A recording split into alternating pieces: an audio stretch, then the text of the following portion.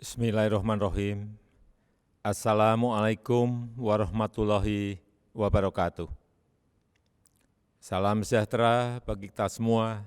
Om Swastiastu, Namo Buddhaya, salam kebajikan. Yang saya hormati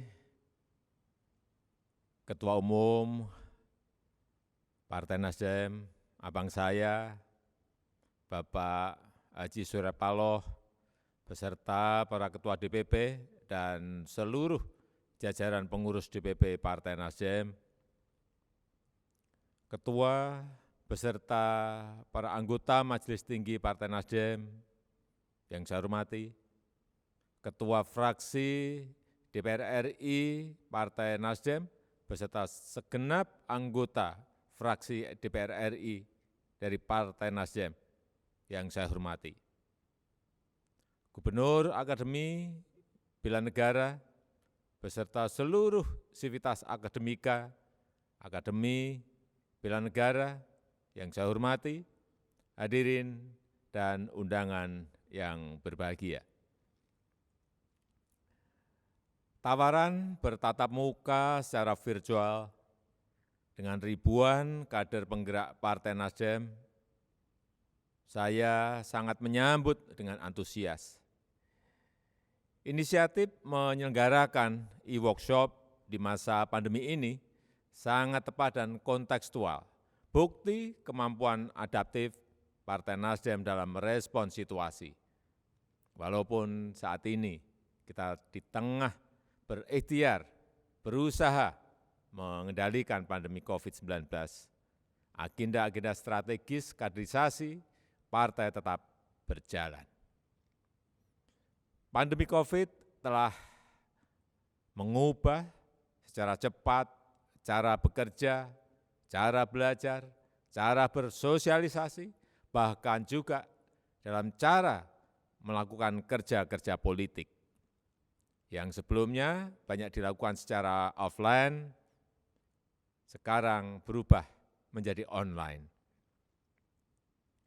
Saat ini masyarakat mulai terbiasa dengan pembelajaran online, rapat online, pertemuan keluarga secara online, perdagangan online, dan saya yakin perubahan perilaku ini akan melekat dalam kehidupan sehari-hari dalam pasca pandemi COVID.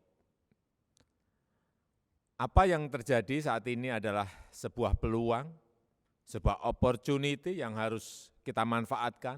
Inilah momentum yang tepat untuk melakukan transformasi digital agar kita bisa lebih lincah, bisa lebih cepat, bisa lebih efisien. Dengan transformasi digital, birokrasi pemerintahan dituntut bekerja dalam struktur yang lebih ramping. Dengan kecepatan adaptasi yang tinggi, cara kerja birokrasi yang kaku bisa dibuat lebih adaptif. Prosedur administrasi yang rumit bisa dibuat smart shortcut. Proses delivery yang berbelit-belit bisa dibuat lebih ringkas dan sederhana. Dengan transformasi digital, semua pelaku ekonomi juga dituntut beradaptasi. Sektor UKM bisa segera masuk dalam marketplace digital agar bisa naik kelas menjadi bagian dari supply chain nasional maupun supply chain global.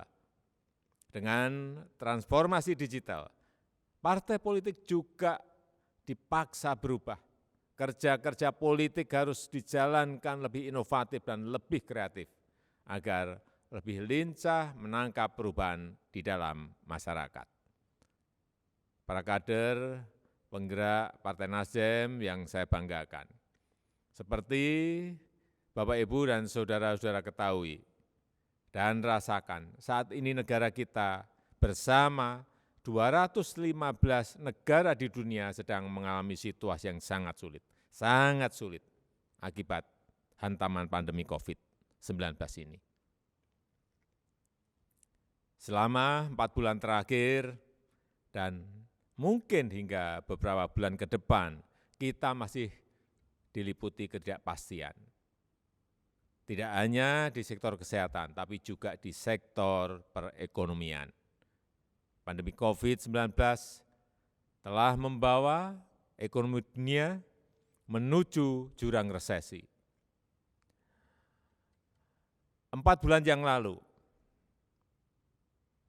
IMF mengatakan kepada saya, managing director-nya, bahwa ekonomi dunia akan terkontraksi menjadi minus 2,5.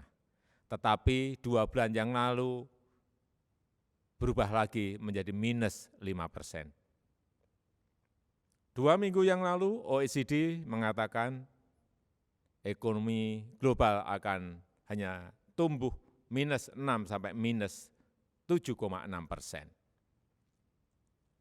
Inilah prediksi bahwa perekonomian dunia akan mengalami krisis keuangan terburuk sejak depresi besar di tahun 1930.